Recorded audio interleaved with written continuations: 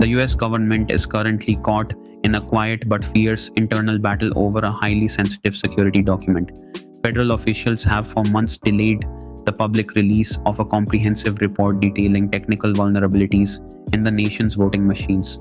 This comes as the high-stakes midterm elections draw near, creating intense scrutiny over the timing of the decision.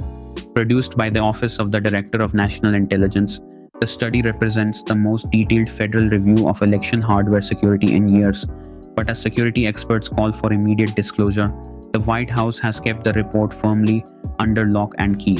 The delay has ignited questions about administrative transparency and political interference in matters of national security. So, what is actually inside this classified document? According to sources familiar with the findings, the report identifies significant theoretical security gaps in ballot marking software and touchscreen voting machines. It suggests practical remedies such as software patches and stricter operational protocols to safeguard the system. Crucially, however, the intelligence review does not find any evidence that these technical vulnerabilities have ever been exploited in a live election, nor does it suggest that any votes were flipped or manipulated.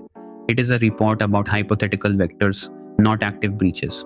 But in the current political climate, explaining the difference between a theoretical gap and a real compromise is a complex communication challenge.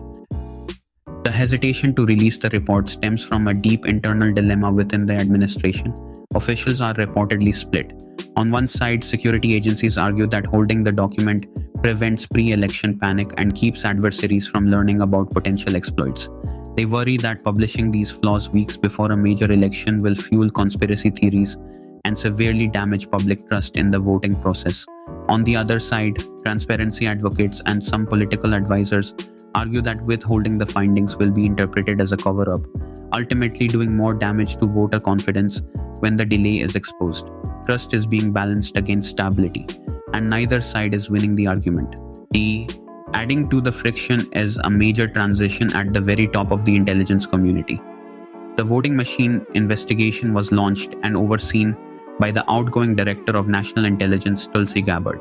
But as she steps down, she is being replaced by interim Director Bill Pulte, whom the president has specifically tasked with investigating rigged elections. The change in leadership introduces a new layer of uncertainty.